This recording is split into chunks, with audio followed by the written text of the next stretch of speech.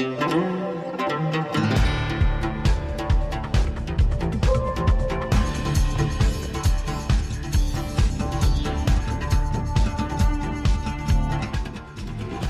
and welcome to InFocus.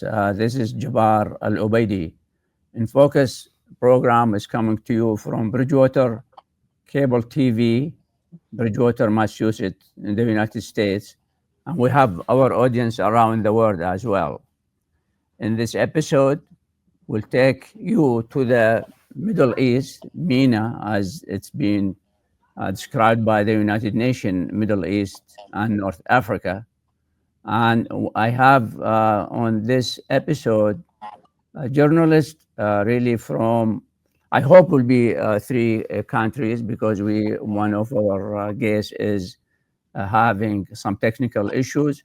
But we have two journalists from Lebanon and from Jordan. You know, the idea was actually to have journalists from uh, Egypt and Iraq, because these four countries they are really very critical in terms of their geopolitical positions, and a lot of issues around these four countries.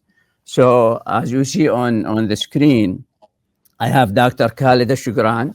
He is the editor in chief of a Rai newspaper, Amman, Jordan. And Dr. Shukran is no stranger for this program because he appeared on this program for so many times. And also, I have with us the deputy editor in chief of An-Nahar newspapers, which is the oldest newspaper in Lebanon, in Beirut, journalist Monalisa Freha. Both of you actually are welcome, and I'm honored, I'm delighted to have you on the show. And I would like to make sure that the conversation aims to highlight some of the heated issues in the Middle East.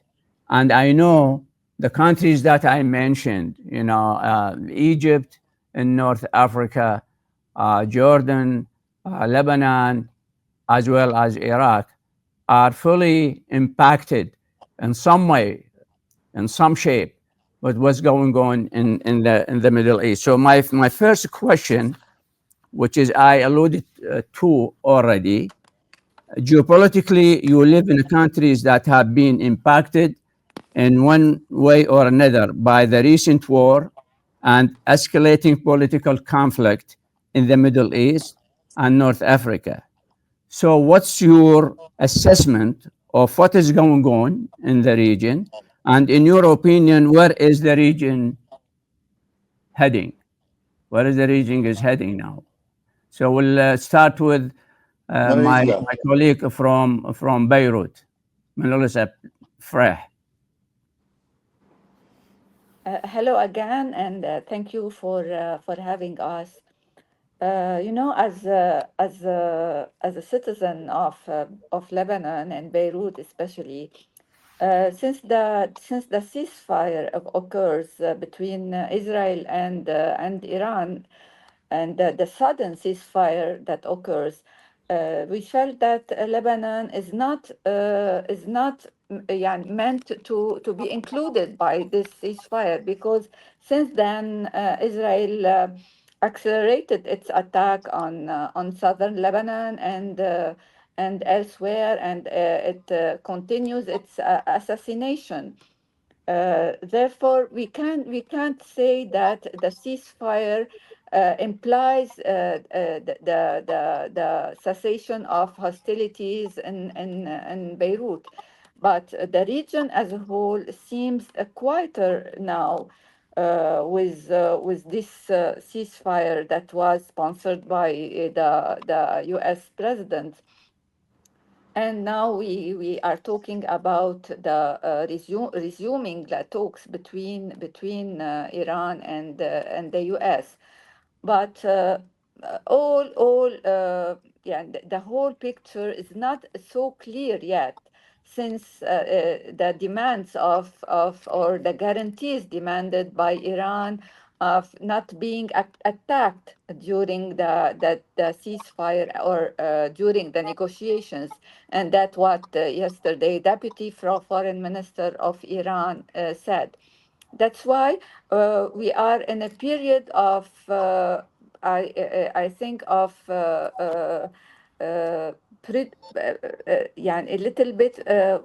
We don't know where the region is going as the ceasefire is implemented, but not included Lebanon.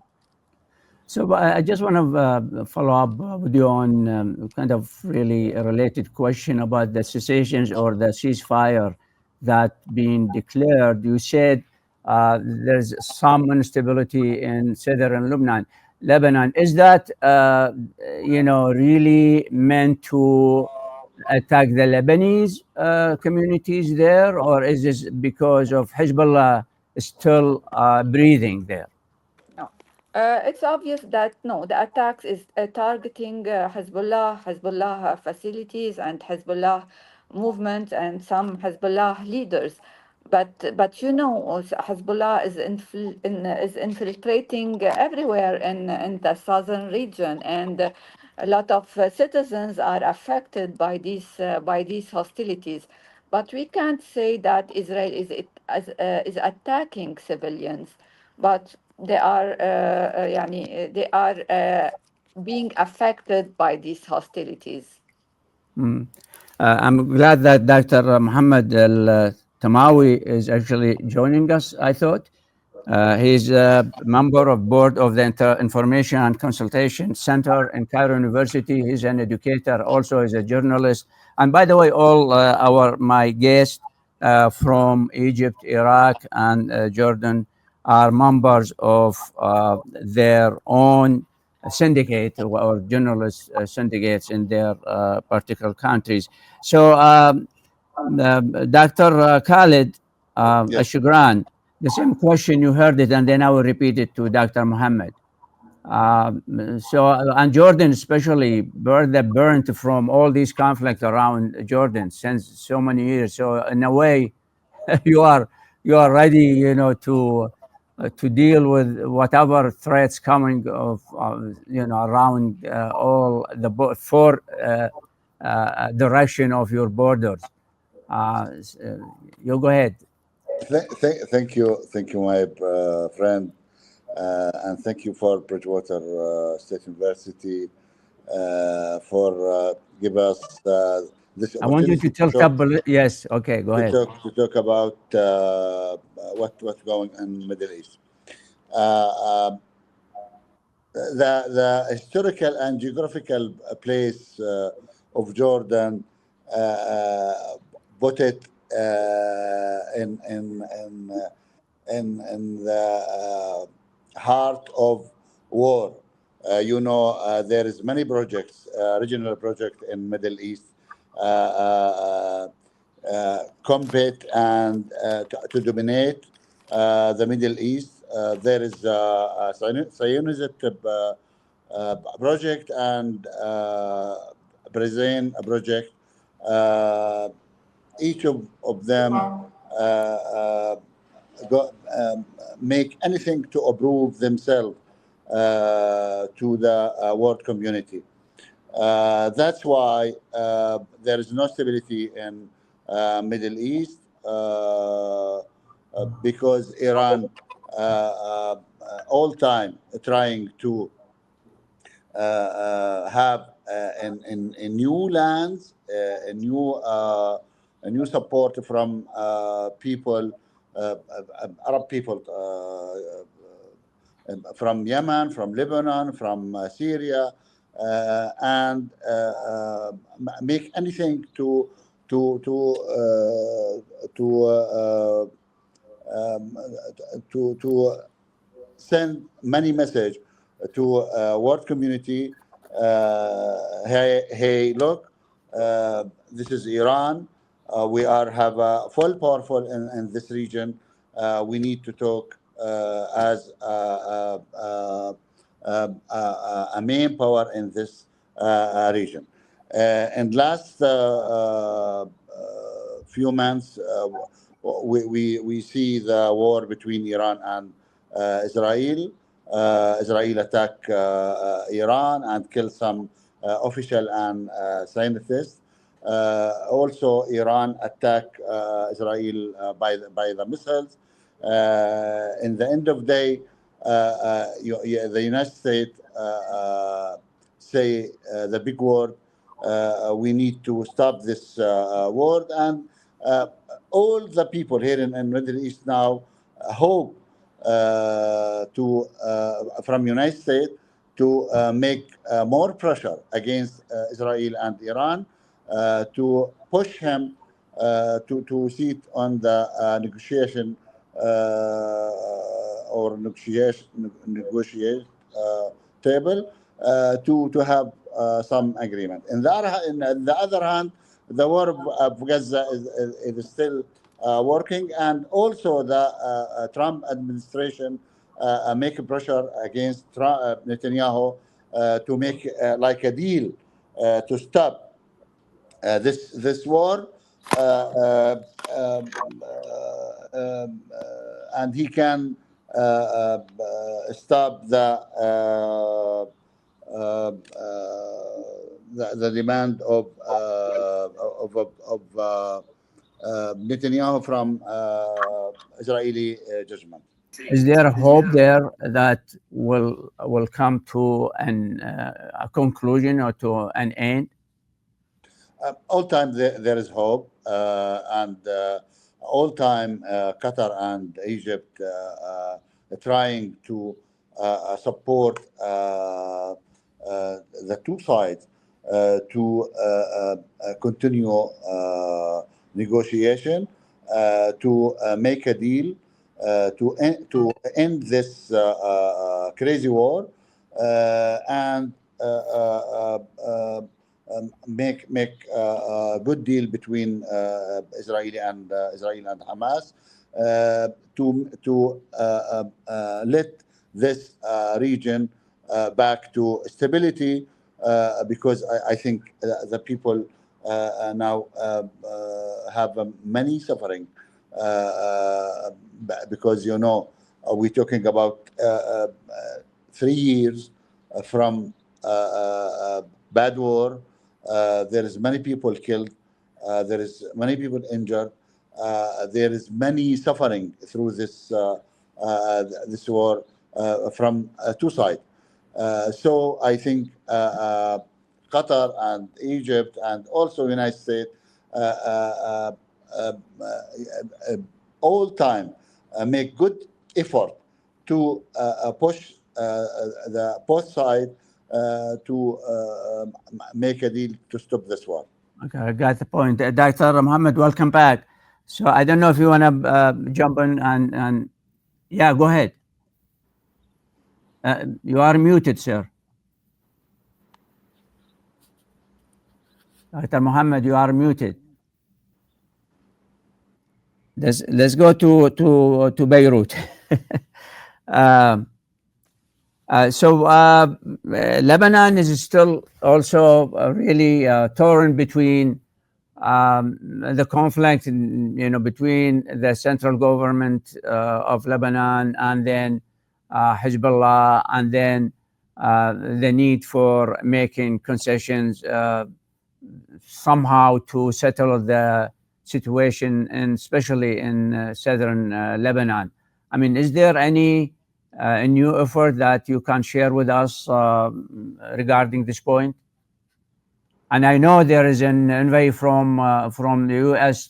Still in Beirut, talking to the government, trying to get some solution to the conflict.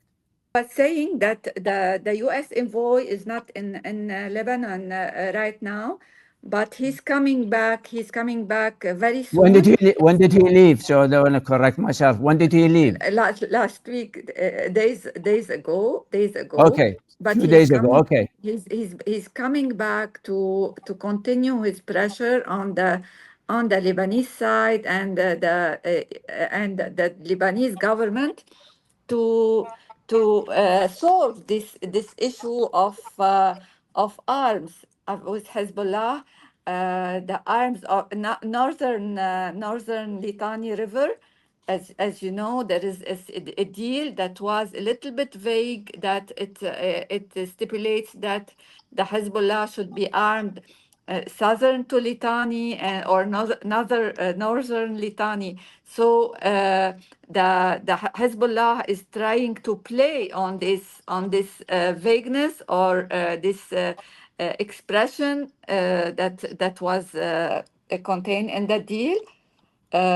There's no progress in this side with Hezbollah. Hezbollah is insisting that the deal does not stipulate that he should disarm southern Litani, and the U.S., Israel are insisting on this. That's why we are seeing that Israel continues its raids against Hezbollah outposts. So the question is to you again. Now you have Syria with a new regime, and they are seeking Yes. stability. How is the relations going on between the two countries in terms of Uh, the borders and Hezbollah? It's because Hezbollah is a major player there still, at yes, of least course. He wa- on he's on he human level. I'm not saying Yeah. on weapons and weaponry because it's been weakened. Yes, go ahead. Yeah. He was a major player in Syria, but he is but not anymore. But still, we are still seeing this traffic of Captagon along the borders, and in 48 hours, big shipments of Captagon, and we all know that Hezbollah is implicated in this traffic. Along with Al-Firqa Rabi'a, that was aligned with the brother of Bashar al-Assad. Since that brigade does not exist anymore, Hezbollah is trying to continue this traffic with some tribes along the borders. That's why there is some tensions between the two government, the government in Beirut and the government in Damascus. Damascus is asking more security cooperation to fight this traffic. Dr. Khalid, Yes, sir. can you build on what just the narrative that I heard from Mona Lisa in terms of the relation between Syria and Lebanon, are also the future relation with Israel? I mean, how do you see these three countries can work together toward peace or some kind of settlement? Okay.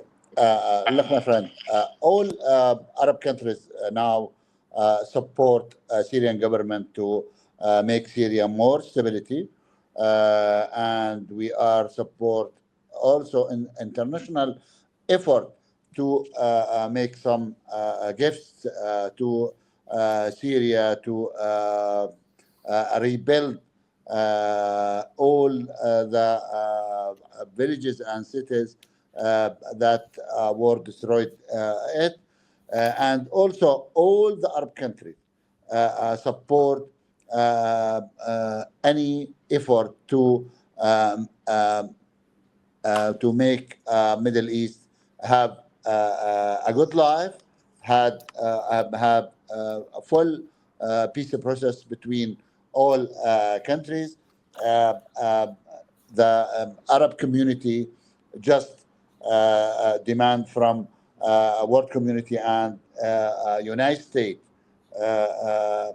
to make more pressure against Israeli government to stop this crazy war and to back to a negotiation table and to make a hope to end the historical suffering to the Palestinian people, and all Arab countries support both sides to back to two-state solution as a better way to make Middle East more stability and have So, a peace. so do you think the idea, the proposition of a two-state solution, is it still alive, or is it a dead fish in this political Look, unsettled in ocean? the end, Is it for you and Mona Lisa and also Dr. Mohammed? You go ahead. in, in, Short answer. in the end of way, there is no solution better than this solution. There is no way to have a good stability in Middle East if the Palestinian people not have the mistake. Okay. Mona Lisa? Yeah, I agree with Dr. Khalid about the two-state solution, but within the framework, within the landscape now in the region and in Gaza in particular, I don't know which two states we are still talking about. And now there is a new factor in the dynamics in the region that Israel says it's eyeing ties with Syria and Lebanon. It's aiming to make peace, normalization in its ties with Syria and Lebanon. Is it possible without ending this long-lasting? You tell us, is it possible? Sorry. You tell us, is it possible? I don't think it is easy, but if we are talking about Syria in particular, I think something is cooking, like we said, that Yes. because this is the lifting of sanctions, and now we are starting to talk about Sharia visit to the White House, and this encounter between Sharia and President Trump in Riyadh recently. Yeah. Something is cooking between I like I you. like to hear this cooking. So Yes. you're referring to Dr. to Ahmed Shara, the president of Syria. Maybe I'm hungry. Yeah, Dr. Mohammed, do you still have a chance to talk? No, I'm sorry. I'm really sorry. So now I just we have really 2 minutes, or actually they told me 1 minute. Do you think Iran will settle and respect the ceasefire, or will go to war again? I mean, these two countries, they need to settle down and drive peace forward. I Are think you? Iran now it is ready to go to the negotiation table to talk with the United States and Okay, also with Israel to have some solution between to paint the got the point. relation the Got the relation point. between United States in side, Got it. and in the other hand, the relation between Israel and Iran. Melissa, just Yeah, short answer. yeah, with this last war, this 12 days of war, I think both Iran and Israel knows that the price of war is very heavy, and the price of going back to this war will be heavier for both Right. of them. That's why I think negotiations will be suitable for both. Thank you, Dr. Kader Shukran, editor-chief of Al-Ra'i newspaper in Jordan. Thank you, Mohammed Al-Tamawi, board of the Information and Consultation Center. Although we didn't have the chance, to hear your Dr. opinion, Jabbar, but we'll invite let me you say some something. other times. And also, thank you to Mona Lisa Frey Thank you. for her opinion, and also to represent her newspaper An-Nahar. Thank you so much for this informative conversation. I thank you for watching InFocus. This is Jabbar Al-Obaidi coming to you again from PTV, Bridgewater, Massachusetts, United States. Thank you.